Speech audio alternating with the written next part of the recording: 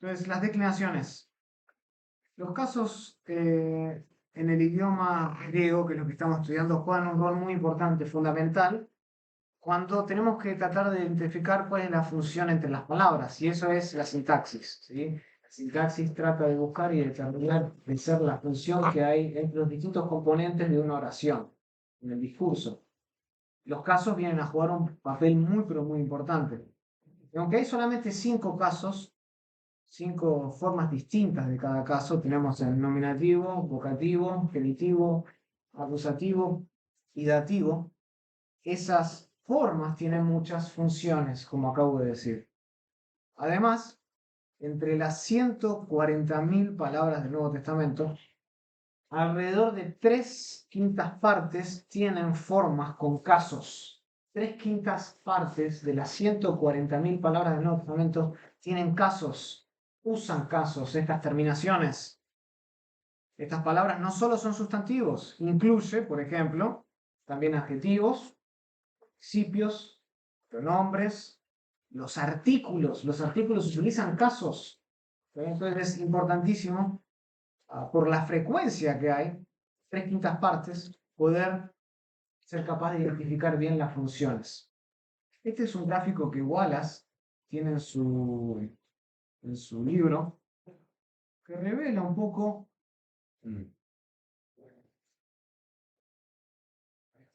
No me acuerdo en la página donde está, pero que revela justamente la frecuencia de palabras con casos. Aquí justamente lo podemos ver. Tenemos nombres, ¿sí? Los sustantivos, 28.956 palabras son sustantivos y utilizan casos, artículos, pronombres, adjetivos y participios.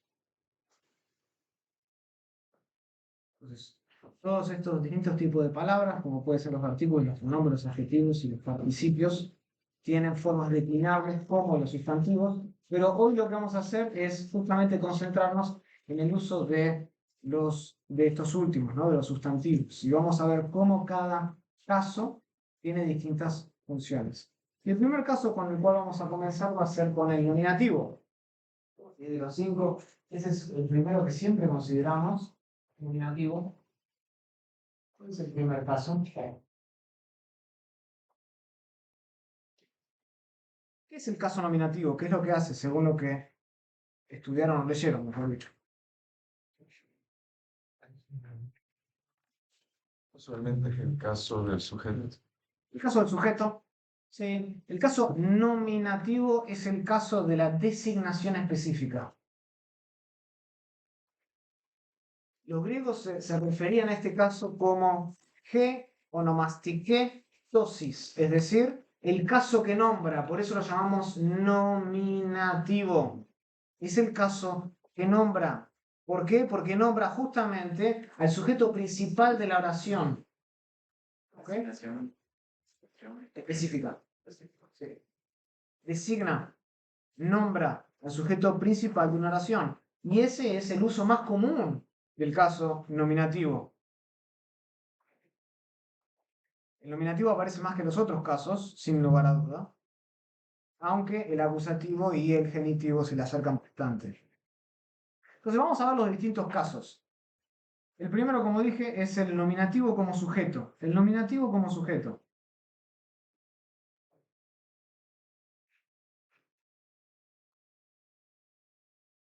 Un sustantivo, justamente, el caso nominativo, es con frecuencia, con la mayor frecuencia, el sujeto de un verbo finito. Identifica, nombra al sujeto de la oración. El verbo, en griego, puede estar explícito o puede estar implícito. De igual manera, el sujeto, en griego, puede estar implícito en el verbo, por ejemplo, el verbo ergetai. Él viene, ¿sí? Claramente en la terminación ergetai ya está implícito la tercera persona del singular, ¿sí? Él viene. Pero debido a que el significado de esta terminación es indefinido, puede ser él viene, puede ser ella viene, a menudo era necesario que designar quién es el sujeto. ¿Ok? Identificar quién es el sujeto de la acción. Por ejemplo, los que están en mi clase de hebreo. En hebreo es distinto, porque en hebreo nosotros tenemos distintas terminaciones que no solo nos dicen la persona y el número, sino también el género. Hay una forma distinta para la segunda masculina singular y la segunda femenina singular. ¿Está bien? En griego era necesario nombrar el sujeto de manera más específica cuando no lo podíamos recuperar por el contexto. Por eso es que se empezó a utilizar el sustantivo como la palabra que justamente nombra, que designa. Y este sustantivo simplemente es una descripción adicional del sujeto que fue expresado por la terminación del verbo. Este es el uso, como dije, más común del caso nominativo. Entonces, noten ahí, les voy a dar algunos ejemplos en griego con una traducción al castellano para que lo tengan, ¿sí? Para que puedan verlo. Este no es muy necesario ver las tres, ¿sí? Pero noten, por ejemplo, la última, tophos en tescotia finei, ¿sí? La luz brilla en la oscuridad, o la luz, tophos, en la oscuridad, finei, brilla. Finei, si no tendríamos tophos, simplemente dice él brilla en la oscuridad, ella brilla en la oscuridad. Tophos viene a designar quién brilla. En este caso identifica a la luz como el sujeto de la acción. ¿Sí? Acá lo vemos. Este tophos como el sujeto de la acción. O acá arriba. Kai a los ángelos, elten kai stase, epitu thusiasteriu, o thusiasteriu. ¿Ok? Y otro ángel, Elfen, vino, viene de Erjomai, Kai Estace, y se paró ante el altar. Acá claramente a los ángelos, esa terminación es nominativa y está identificando quién vino y quién se paró. No es tan difícil, esto ya lo sabemos. Ese es el uso más común del nominativo. Pero tenemos otro uso del nominativo y es el predicado nominal. El predicado nominal. ¿Qué es el predicado nominal? Cuando un nominativo recibe la acción del sujeto. Perdón, sí, recibe la acción del sujeto. ¿Cuándo el qué, perdón? Cuando un nominativo puede recibir la acción transitiva de un sujeto. Cuando un nominativo puede recibir la acción transitiva, Tiene que ser un verbo transitivo de un sujeto. tiene que ser un verbo transitivo. Copulativo. ¿Estás seguro? Debe ser copulativo, güey. ¿Puede ser copulativo? Sería lo que se dice del verbo, del sujeto. Sí, el predicado nominal es la parte de la oración que está compuesta justamente por un nominativo y un verbo que expresa una cualidad del sujeto. Expresa una cualidad del sujeto. Normalmente, un predicado nominal está conectado con el sujeto por un verbo no, ¿qué dijiste, Federico? Transitivo, no transitivo, sino copulativo. Por lo general está con un verbo copulativo. Es decir, mi es un verbo copulativo, ginomai y bajó son verbos copulativos. ¿Sí? Sí, un predicado nominal comúnmente está conectado con un verbo copulativo y este predicado nominal va a expresar una cualidad del sujeto. El sujeto que también está en un caso nominativo. Ahora, no hay necesariamente una correspondencia entre ambos, porque vamos a ver en los ejemplos que les doy, van a ver que van a haber en una oración dos palabras en caso nominativo, una actuando como el sujeto, como el caso anterior, como la función anterior, y otro como el predicado nominal que le va a describir algo acerca de ese sujeto. No hay necesariamente una correspondencia entre ambos. Por lo general, el predicado nominal describe una categoría mayor a la cual pertenece el sujeto. Por ejemplo, si yo digo hologos, sarx, egeneto. ¿Sí? Hologos es el sujeto. Egeneto viene del verbo ginomai, ¿sí? Un verbo copulativo. Y después tenemos sarx. Sarx es otro nominativo de tercera declinación. Es un poquito más raro para nosotros, generalmente nosotros estamos más acostumbrados con la terminación OS para identificar el nominativo, pero sarx también es de tercera declinación. Acá tenemos dos palabras, dos sustantivos, con el mismo caso, funcionando de manera distinta. Hologos, el verbo es el sujeto. Se hizo, ¿qué es lo que se hizo? Carne, sarx, es un predicado nominal. ¿Ok? Que describe algo acerca, nos dice algo acerca del logos. Ahora, no siempre hay una correspondencia entre ambos. El verbo, este versículo no está diciendo que toda carne es el verbo. ¿Sí? No podemos simplemente invertir el orden. Pero de vez en cuando el sujeto y el predicado nominal son intercambiables. De vez en cuando. En tales casos, el predicado nominal no está necesariamente describiendo al sujeto, sino que lo está identificando. Por ejemplo, Juan 6:33, cuando dice, Hogar hartos tu theú, porque el pan del cielo es Hokatabainon ectu uranú, el que desciende del cielo. Ahí, el pan del cielo es el que desciende del cielo, está identificando, ambos son. El pan del cielo es el que desciende del cielo, está identificando uno con el otro. ¿Okay?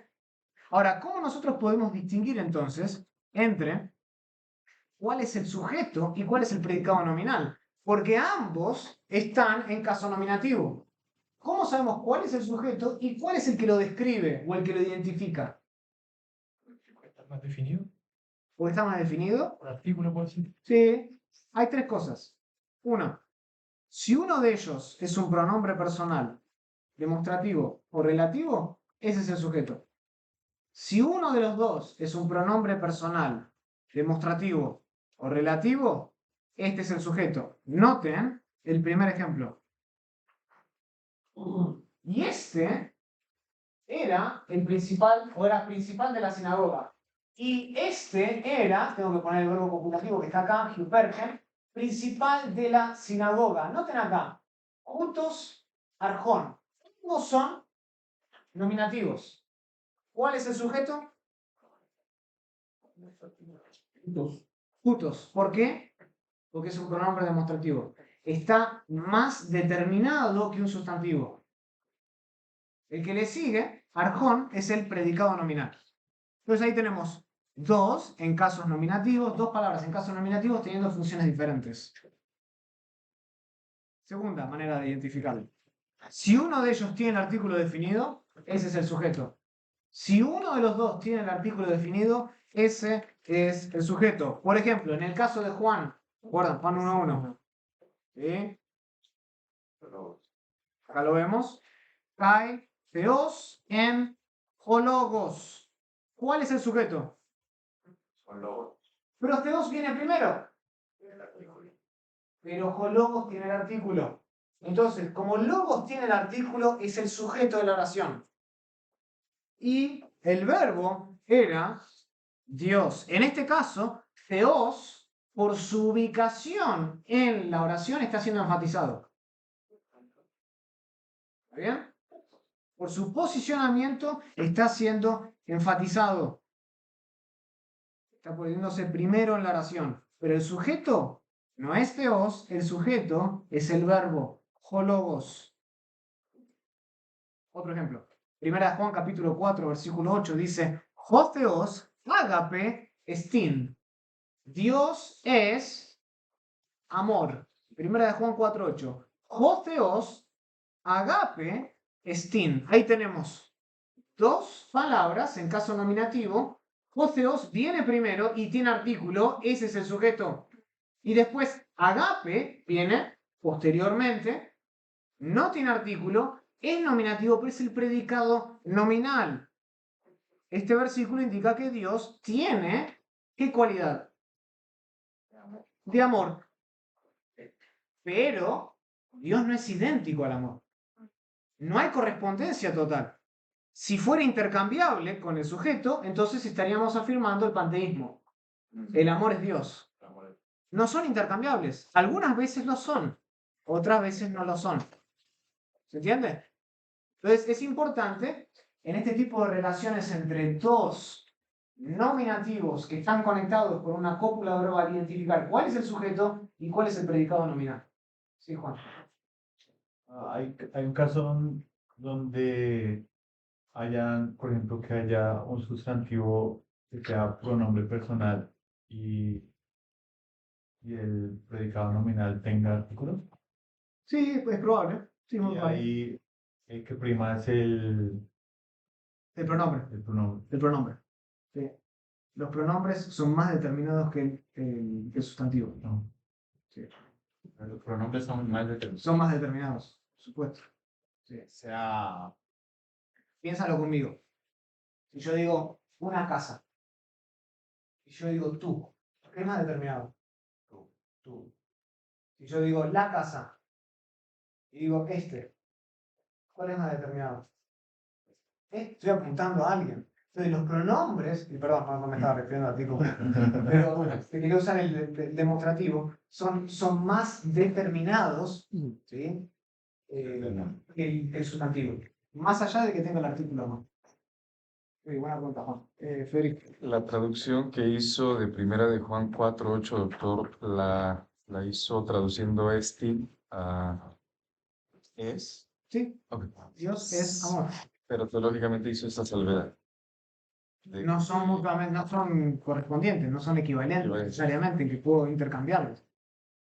Porque el amor no es Dios. Ah, ¿Vale? gracias. Ahí me surge a mí, porque iba a preguntar más o menos lo mismo, porque casi todo el mundo dice Dios es amor, y casi todo el mundo entiende de que la esencia de Dios es amor. Es lo que muchas personas piensan. Pero al decir eso ahora, según lo original, pues un poco que cambia la historia de cómo se explica. Bueno, es que parte de la esencia de Dios es el amor, pero Dios es mucho más que simplemente amor. ¿Entiendes? Sí, por eso, pero es una categoría que hay que explicar un poquito mejor, porque Claro. la gente se confunde y piensa Claro. que como Dios es amor, ya eso es todo, y Dios es todo. Y esto es muy común, ¿saben cuándo? Especialmente en los que estudian gramática de griego 1. Cuando ven dos nominativos, va, el que venga primero lo traduzco primero. No importa. Importa saber cuál es el sujeto y cuál es el predicado nominal, porque no es lo mismo. Ya, y que no son No intercambiables. siempre son intercambiables. Hay veces que sí, pero no siempre. ¿Puedes dar el ejemplo de Jesús? Jesús es hijo de Dios y es lo mismo decir. Bueno, el hijo de Dios es Jesús y Jesús es el hijo de Claro. Dios. Es intercambiable. Sí, sí. Y algunos de estos ejemplos están sacados de Wallace, otros son otros ejemplos, así que no son necesariamente los mismos. Tal vez algunos los leyeron, pero otros no. Pero se los estoy dando para que puedan tenerlos en sus archivos.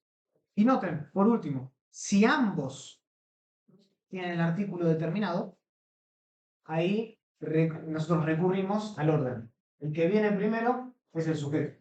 Noten el último ejemplo. Geometría y sin geonomía, que está sacando de Primera de Juan. ¿Se acuerdan? Lo vimos el semestre pasado. No me acuerdo, que es el capítulo 3, me parece. Primera de Juan 3, me parece que. El pecado es anomía, iniquidad. ¿Sí? El pecado es iniquidad. Acá tenemos dos sustantivos en caso nominativo que tienen también artículo. El que viene primero en ese caso es el sujeto. ¿Está bien? Próximo. Son los usos más comunes, ¿no? Nominativo como sujeto, nominativo como, o predicado nominal, como el predicado. Y ahora vayamos al nominativo como vocativo. Como su nombre bien indica, muchas veces un sustantivo tenga una forma vocativa o no, se puede usar el nominativo para dirigirse a alguien, para llamar la atención de alguien. Y en este caso, entonces, el nominativo va a funcionar como un vocativo, aunque en forma no lo es. ¿Está bien? ¿Se entiende eso? Un nominativo puede funcionar como vocativo para dirigirse a alguien, a pesar de que no tenga la forma vocativa. Noten acá.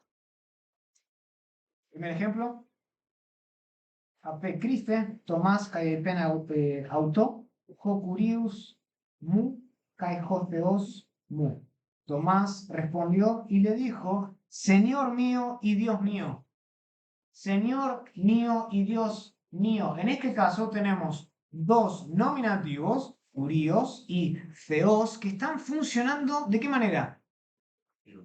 De manera vocativa, están invocando, no están funcionando como el sujeto de la oración. Noten que no es una oración. Fo Kurios mu, kai ho Theos mu, está invocando, está exclamando algo, pero no está diciendo Fo Kurios, Gino bla bla bla, no está dando ningún verbo, está simplemente invocando su nombre. Y lo hace a través del nominativo, funcionando como vocativo. Ahora es interesante porque, por ejemplo, Kurios tiene una forma vocativa.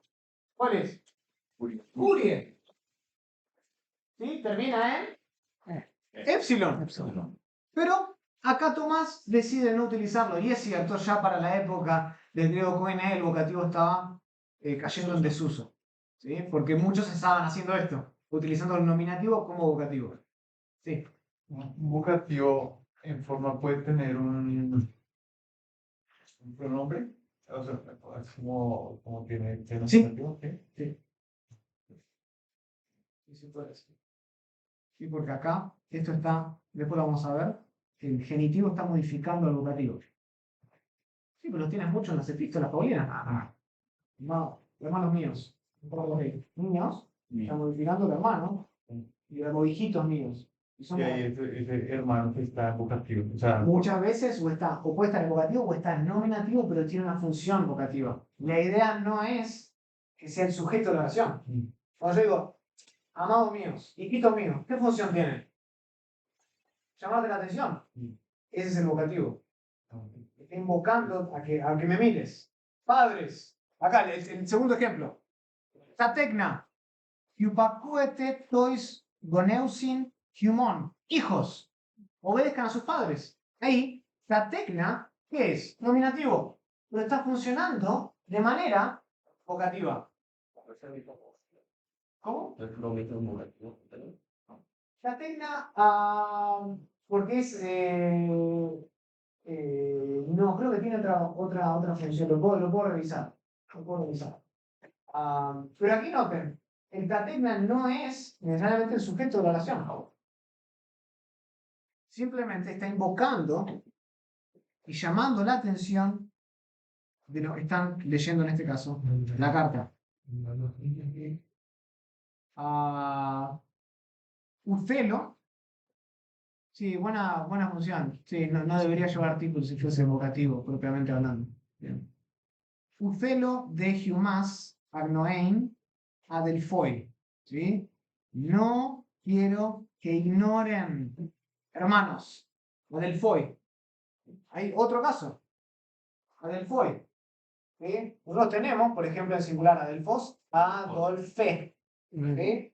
Acá en el plural adelphoi, ¿sí? Y está funcionando simplemente como un vocativo. No quiero, hermanos, está llamando la atención. ¿Está bien? No es, noten, no es el sujeto del verbo. ¿Cuál es el sujeto del verbo?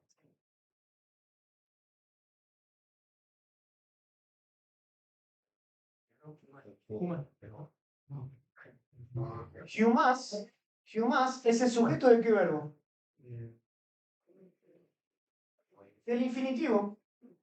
¿Por qué? Porque después lo vamos a ver. El acusativo se puede utilizar como el sujeto de un verbo definitivo. Propiamente hablando, sintácticamente hablando, el sujeto del verbo acá es humas. Esto es un vocativo. En función, en forma es un nominativo. ¿Está bien? Esto es común. ¿Sí? Seguimos con el próximo. Nominativo absoluto. Nominativo absoluto. ¿Qué es el nominativo absoluto? ¿Lo llegan? Acerca del absoluto.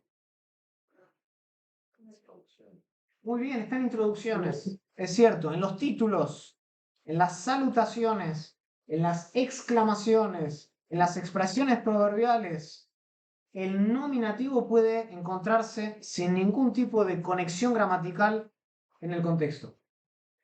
¿Sí? Es absoluto. Es absoluto. Se conoce como un nominativo absoluto. Está por sobre encima de todo lo demás. Y esto lo van a encontrar primordialmente al principio de las epístolas. Por ejemplo, acá, primer ejemplo, Paulos, Cletos Apostolos, apóstolos Christu Jesús. Pablo, coma, llamado a ser apóstol de Cristo Jesús. Noten que Pablo está desconectado. ¿Sí? Es nominativo, pero no es el sujeto, sintácticamente hablando. Mateo 1:1. Biblios Genesios, libro de la genealogía de Jesucristo, hijo de David, hijo de Abraham. Noten que no hay verbo. ¿Sí? Ahí, Biblios está funcionando como un nominativo absoluto. Apocalipsis 1:1. Apocalipsis Jesucristo. La revelación de Jesucristo. Es casi como el título de lo que fuese lo que va a seguir adelante. ¿Ok? La revelación de Cristo Jesús, pero no tiene verbo. Para que sea sujeto de la razón, tú necesitas un verbo. ¿No? Simplemente está identificando algo. En este caso nos está dando información acerca de lo que va a seguir. Sí, Doctor, ¿sería válido confirmarlo si podríamos reemplazar esto como un predicativo nominal de un pronombre demostrativo con un verbo copulativo? por ejemplo. Este es Pablo, cuando escribimos nosotros, ¿no? José Luis, por ejemplo. Sí, O esta es la revelación de se Jesús. entiende. Sí. ¿Podría ser una forma de confirmar esto? Puede ser una manera de confirmarlo. Sí, sí, no lo había pensado de esa manera. Sí, de poder confirmarlo. Sepan, entonces, simplemente el nominativo absoluto va a estar desconectado, no va a tener verbo, va a aparecer absolutamente ahí al principio, generalmente lo encontramos en las epístolas, bueno, acá tenemos, por ejemplo, Mateo, en Apocalipsis, y no va a tener verbo, es un nominativo absoluto. Próximo. Pendiente. Nominativo pendiente. ¿Qué es un nominativo pendiente? Este uso es raro, ¿eh? Gracias a Dios. Este es un uso raro, nominativo. Es muy parecido al nominativo absoluto. ¿Por qué? Porque está desconectado de la oración, no está vinculado. Pero a diferencia del absoluto, ocurre en una oración. El absoluto ocurre en las salutaciones, en la introducción de un libro, lo primero que leemos de un libro, en una exclamación, puede ser un apartado. El nominativo pendiente está dentro de una oración y eso es lo que muchas veces lo hace más complejo de identificarlo y gracias a Dios que no ocurre mucho en el Nuevo Testamento. El nominativo pendiente es el sujeto lógico. Es el sujeto lógico de la oración, pero no es el sujeto sintáctico. No es el sujeto sintáctico. Entonces, por lo general, el nominativo pendiente va a estar seguido de una oración completa en la cual el sujeto lógico va a estar sustituido por un pronombre, en el caso requerido por la gramática. Noten, por ejemplo, la primera oración. Ho pisteuon eis eme, tos eipen grafé amoi, ectes koiliais autu, reususin hiudatos zontos. El que cree en mí, como dice la escritura, de su interior brotarán ríos de agua. El que cree en mí, el que cree, ahí ho pisteuon, ¿qué es eso? Es un participio que está funcionando de manera sustantivada. Y en este caso es lo que se conoce como un nominativo pendiente. ¿Sí? Está simplemente, pendiente significa está colgado. ¿Sí? Pendens, ¿sí? Eso es en latín. Está colgado en la oración al principio, desconectado de su vinculación con el resto. Y acá lo vemos justamente. Que después viene un pronombre que nos ayuda a identificar al sujeto lógico. ¿El sujeto lógico cuál es? Hopisteuon. ¿Sí? Pero de su interior van a brotar entonces ríos de agua viva. Noten el segundo ejemplo, tal vez es mejor. Jonicón, poieso, autón, stiulon. Esto es de Apocalipsis. El que vence, yo le haré columna. Yo le haré columna. Noten. Yo podría sacar esto y tiene sentido. Yo haré a él columna. De hecho, lo mejor sería que después decir, yo haré, ¿sí?, al que vence columna. ¿no? Pero noten que acá aparece este nominativo que se llama pendiente al principio de la oración y puede traducirse muchas veces con una frase como en referencia a tal o con referencia a dicha persona, entonces, bla, bla, bla, bla, bla. Acá podríamos traducirlo así también.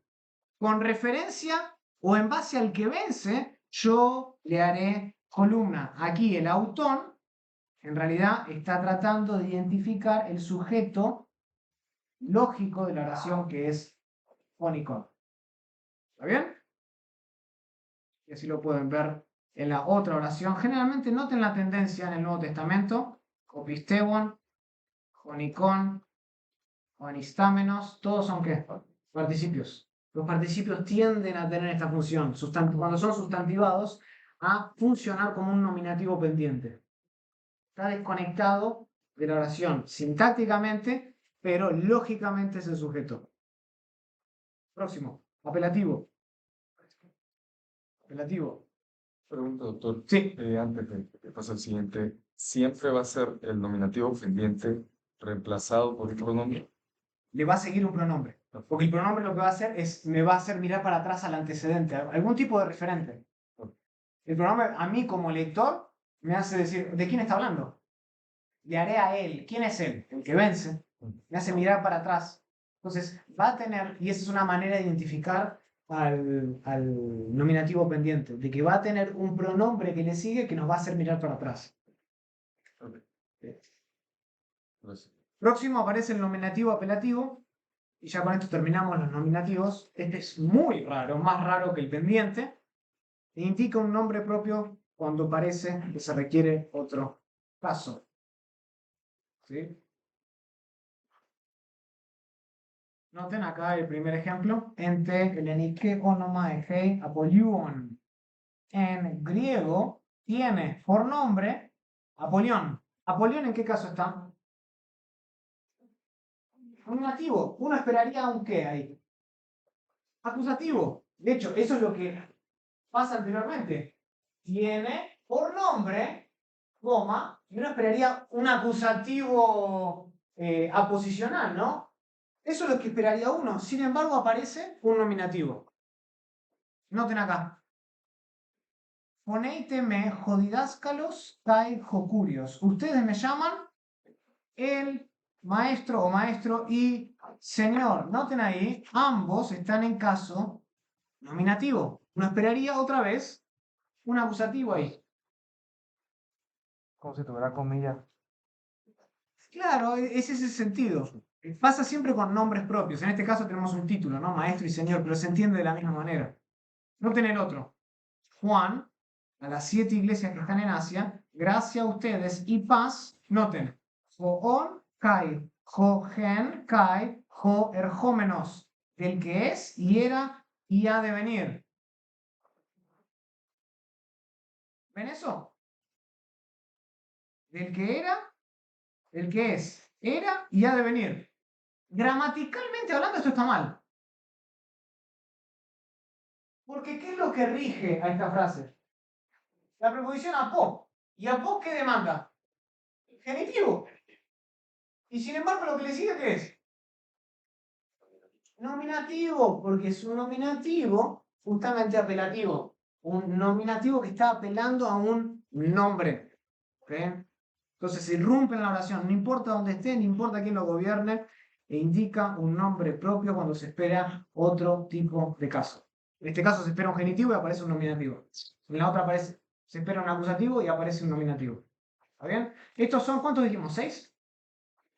Estos son los 6 usos más frecuentes, no sé cuánto les da Wallace, pero estoy tratando de resumirlos, más frecuentes del nominativo. ¿Ok? Como sujeto, como predicado nominal, como absoluto, como pendiente, como vocativo y como apelativo. 6.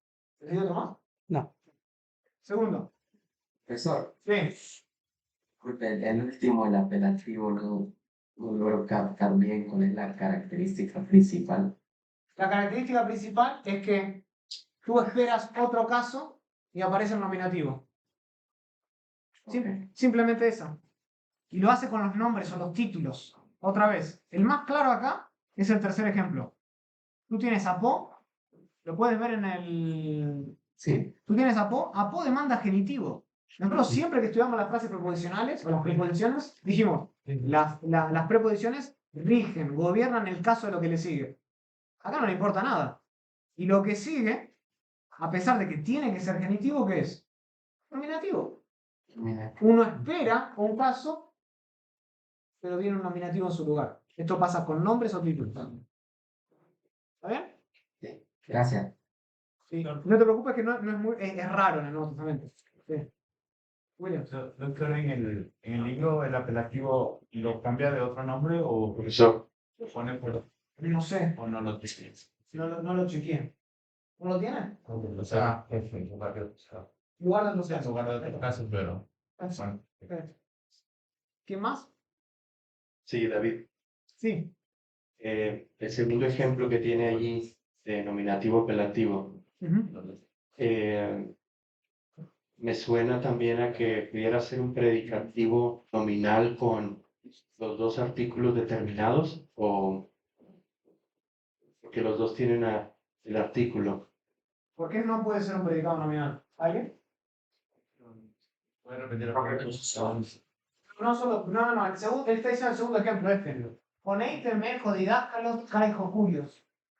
¿Por qué no puede ser un nominativo, un predicado nominal? Porque no tiene un verbo copulativo. ¿Por qué no tiene un verbo copulativo? Verbo copulativo.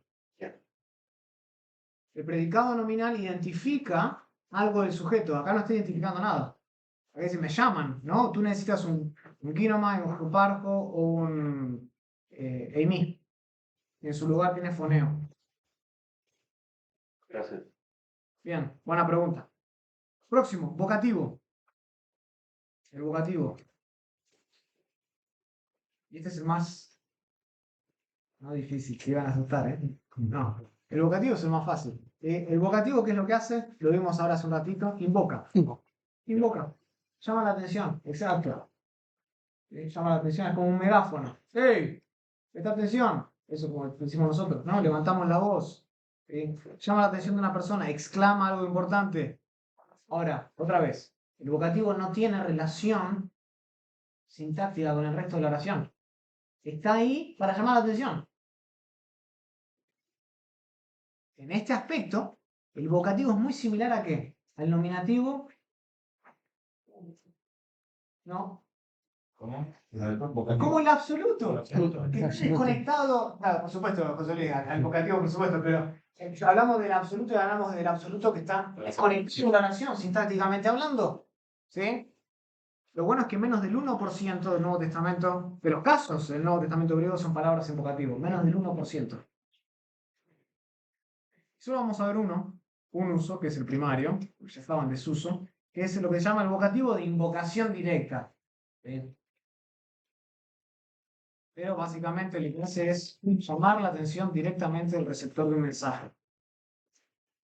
Casi siempre el receptor es una persona. Casi siempre el receptor es una persona. Ahora, nosotros podríamos, si queremos, dividir esto incluso entre subcategorías.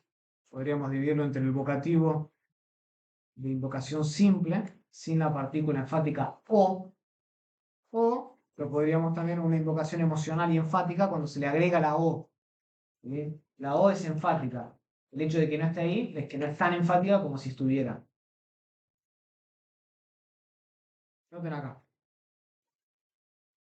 El primer ejemplo, Siu Tatarjas Kuri, ¿eh? Noten, yo les había dicho que judíos tienen una forma bastante, que también es la que aparece ahí.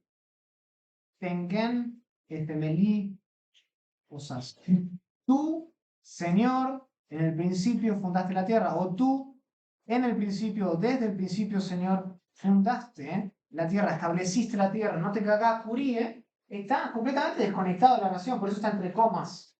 ¿Sí? Es una manera simplemente de invocar, de llamar la atención. Noten acá. Oh, Gyunai, Megale, su pistis.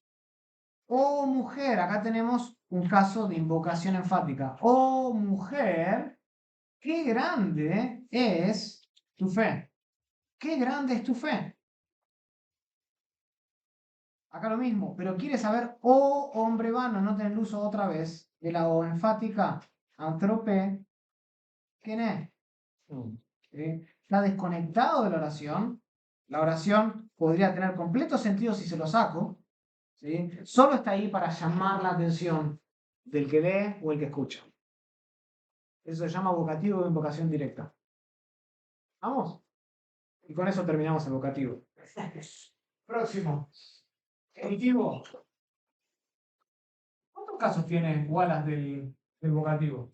¿O cuántos usos, perdón? Bueno, o sea, tiene función, de aposición, ya. ¿Tres? Ok. Son lo más simple posible. Genitivo. ¿Cuántos usos del genitivo tiene? 24. Ok, entonces, 34. bueno, o sea, sí. Vamos a tratar de reducir ese Un montón. O sea, es que primero pone una lista como de 15 y Sí, después sí. No. Vuelves. En algunas cosas, digamos, aprecio mucho a Wallace.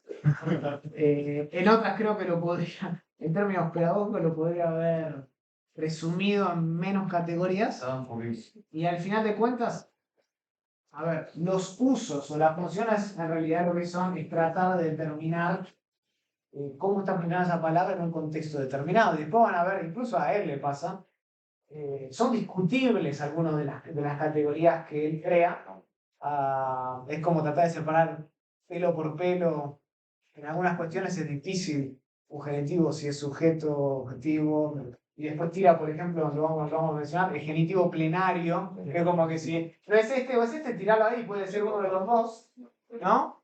No sé cuán bien le hace a la exégesis eso, pero sí comparto el hecho de que él se ha tomado el tiempo de tratar de categorizar esto. Es un trabajo increíble y nos ha servido a nosotros como exégetas en este sentido, de poder buscar cada caso y tratar de determinar su función, su uso. ¿Está bien? El caso genitivo representa el 25% de todos los usos de los casos en el Nuevo Testamento griego, el 25%. Y tiene, como ya vieron en Wallace, una amplia variedad de funciones. Ahora, normalmente lo que hace el genitivo es describe a otro sustantivo. O sea, como último recurso, pueden utilizar el de. ¿Okay? Como último recurso, ahí como cuando juegan al vóley, ahí como último recurso se tiran y usan el pie. Como último recurso, ahí usamos el de. Pero la palabra de, incluso en castellano, tiene una variedad de matices semánticos. Puede significar posesión, materia, contenido, separación, por, desde, durante, con, para, desde que, en, según, a. Puede significar muchas cosas. Por tanto, para interpretar correctamente lo que el autor quiso decir, es muy importante determinar el uso. El uso. No simplemente la forma. Empezamos con este. El genitivo de posesión. El genitivo de posesión significa que indica pertenencia. Indica pertenencia.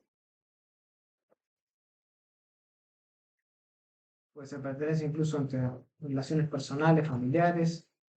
No siempre la idea literal de posesión o de propiedad física. ¿Sí? Puede ser también no tan literal necesariamente. En su lugar, si podemos, lo mejor es usar pertenece a o poseído por, eso es lo que igual sugiere. Ahora, no siempre es el mejor de los casos, tampoco, ¿no? Noten, por ejemplo, Pablos Apóstolos, Cristo y Jesús. Pablo, ¿cómo está funcionando ahí, Pablo? ¿Cómo? Pablo, apóstol de Cristo Jesús. En realidad lo que estamos mostrando es pertenencia, ¿sí? Que pertenece a Cristo Jesús, ¿sí? Noten, he aquí, y dejo amnos tu Theou, poironten amartian tu cosmo. He aquí, o amnos, el Cordero de Dios, el Cordero que pertenece a Dios, coma, que quita el pecado del mundo. Logos, y el verbo se hizo carne y habitó entre nosotros. ¿Y nosotros qué? Vimos ten doxan, la gloria autú de él. Vimos su gloria, vimos la gloria que le pertenece a él, es la idea.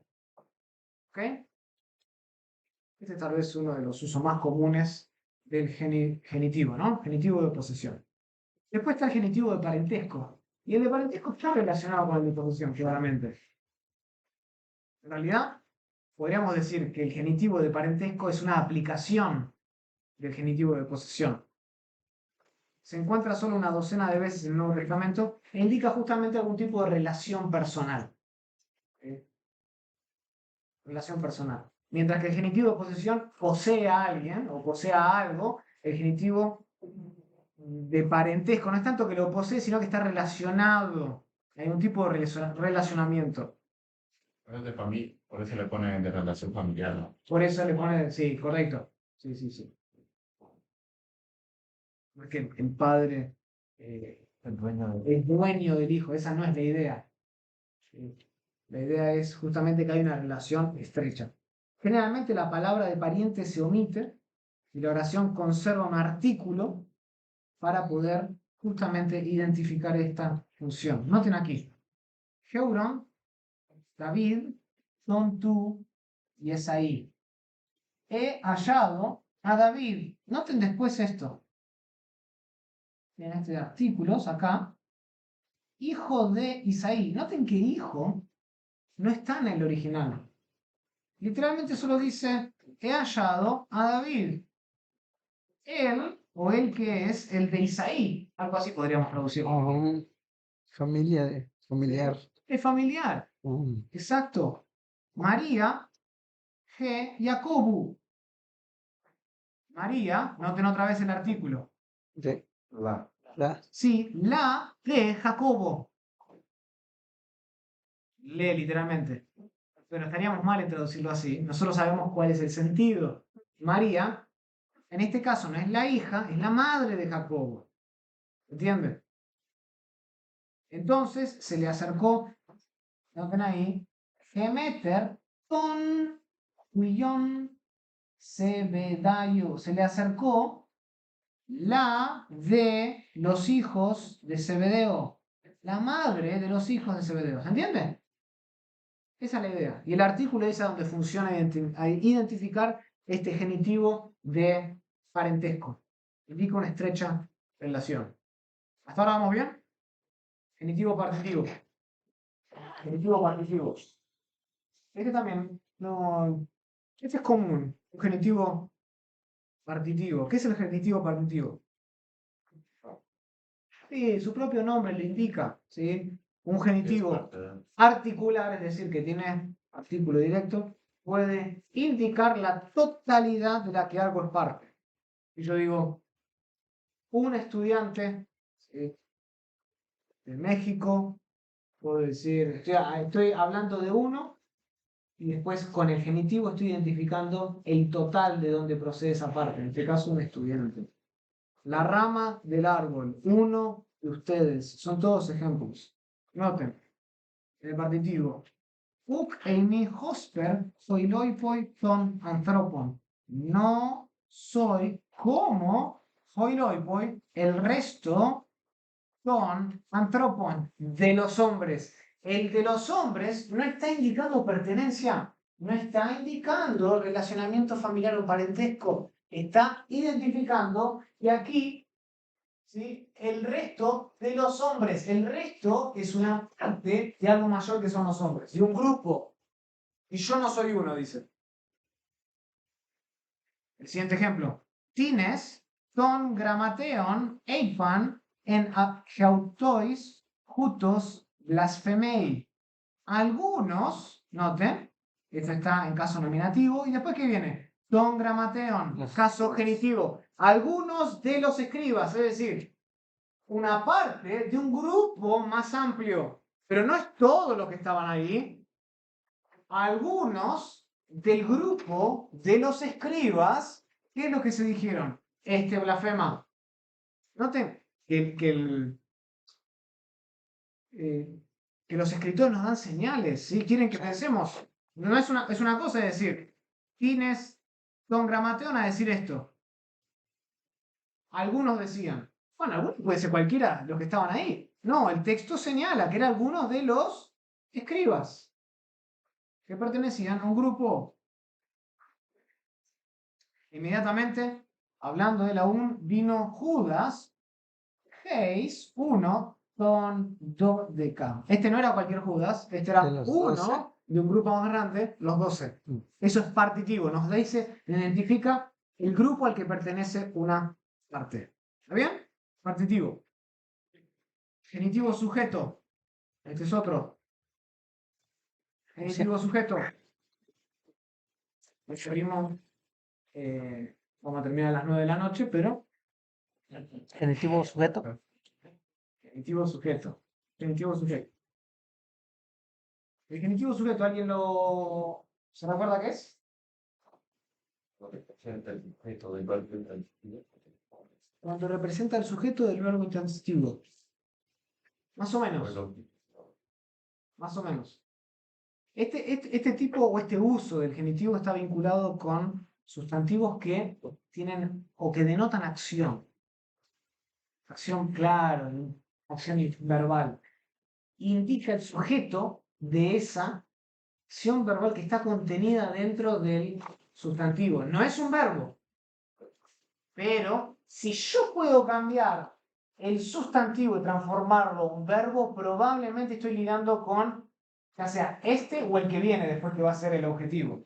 ¿Sí? El genitivo sujeto indica el sujeto o el realizador de esa acción verbal que está contenida en el sustantivo. ¿Está bien? Por ejemplo, Romanos 8, ¿no?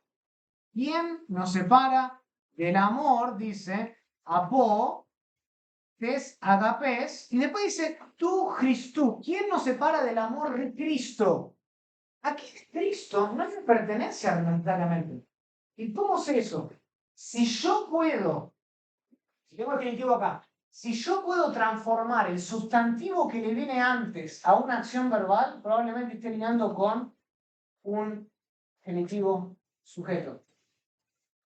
¿Amor lo puedo transformar a verbo? Sí, amar. La idea es quién nos puede separar o quién nos separará de que Cristo nos ame. ¿Se entiende eso? Cristo es por eso se llama genitivo sujeto. Cristo es el sujeto de la acción verbal que le precede. Cristo ama. ¿Se entiende eso? Si yo puedo agarrar el genitivo y transformarlo en el sujeto de la acción verbal contenida en el sustantivo que le precede, entonces estoy lidiando con un genitivo sujeto. El genitivo sujeto no es el sujeto, sino no. Se refiere a ese porque... No es el sujeto de la oración, Claro. es el sujeto de la acción verbal contenida en el sustantivo que le precede. ¿Entiendes? En este caso, el sujeto viene tis, de la oración. ¿Quién separa nosotros del amor de Cristo? No está hablando del amor que le pertenece a Cristo, como que si nosotros nos fue dado y lo tenemos en nuestra cuenta bancaria o no sé qué. No está hablando de eso, no está hablando de una entidad, no está hablando de un lugar, está hablando de quién nos separa de que Cristo nos ame. Nadie. Esa es la idea. Ahora, esto es importante. No siempre yo lo puedo extraer en la traducción. Estos son los difíciles, pero hay ciertos matices acá en que en la predicación yo lo quiero sacar. En la predicación yo quiero hacer hincapié en estas cosas, ¿sí? ¿Sí? Porque acá el de funciona de otra manera. ¿Está bien? Por ejemplo, ahí el último dice, así será la venida del Hijo del Hombre. Noten acá. Así será la venida G, Perusía, y después tenemos tu, hoy del Hijo. Acá, ¿yo puedo transformar la venida en un verbo? Venir. Venir. No está hablando a la venida que le pertenece al Hijo necesariamente. Está hablando quién, así, de esta manera va a ser cuando el Hijo del Hombre venga. Esa es la idea. ¿Está bien? Entonces, acá lo clave en el genitivo sujeto es si yo puedo transformar el sustantivo que viene antes del genitivo a un verbo. ¿Vamos? Y después el contexto, Ok, el que ok. me va a dar las claves, ¿no? El contexto es clave. Próximo, genitivo objetivo. ¿Cómo? Me perdí en la nota esa rápida por estar terminando. Lo último que dijo es que no quiero perder esa nota. Si yo puedo transformar El sustantivo. Si puede transformar el sustantivo que viene antes, es decir, al que está modificando el genitivo. En ambos casos, acá tienes agapes y acá tienes parusia. Si puedes transformar, lo mismo lo haría en el que está acá, ¿no? Ajá. Pero si puedes transformar el título 2 a verbo, bueno, muy probablemente estás lidiando con un genitivo sujeto. Pero también puedes estar lidiando con un genitivo objetivo, y es el siguiente. Este es el siguiente. El genitivo objetivo. Está vinculado, ¿no? Al anterior, pero en este caso, el genitivo, en vez de ser el sujeto de la acción verbal, sería el objeto de la acción verbal, el receptor de esa acción. Sería un complemento directo. Noten, este es un excelente ejemplo, el primero. Pero de que blasfemia tu neumatos uc apetecetai. Pero la blasfemia literalmente dice del espíritu no será perdonada. ¿Cuál es el sustantivo que viene, el cual el genitivo está modificando? Blasfemia. Blasfemia yo lo puedo transformar en verbo. Blasfemar. Ahora, yo tengo dos opciones. O el espíritu es el sujeto de la blasfema, o es el objeto de la blasfema. Uno es el genitivo sujeto y el otro es el genitivo objetivo. No puede ser el primero. Claramente, en el contexto no tiene sentido porque el espíritu no puede blasfemar contra sí mismo. Entonces, tiene que ser el segundo, genitivo objetivo. Noten que no es un genitivo de pertenencia, no es una blasfemia que le pertenece al espíritu, como que si el espíritu blasfema de vez en cuando. ¿Se entiende? No podemos reducir el genitivo a esta solo pertenencia nada más. No es de parentesco tampoco. Acá donde empezamos a ver usos. Entonces, ¿yo puedo traducir blasfemia en verbo? ¿Lo puedo transformar? Claro que sí. Entonces, pero la blasfemia contra el espíritu. Ahora el espíritu se convierte en el objeto de la blasfemia. Pero el que blasfema contra el espíritu, eso no va a ser perdonado. ¿Se entiende? ¿Sí o no? Sí. Ok. El genitivo es muy, o sea, bueno, sé que todo es importante en la oración, pero el genitivo, como si no lo sabes denominar bien, pierdes todo el sentido de la oración de manera Es que el genitivo, como es descriptivo, ¿sí? Se Escribe. escribe mucho. El genitivo es casi como un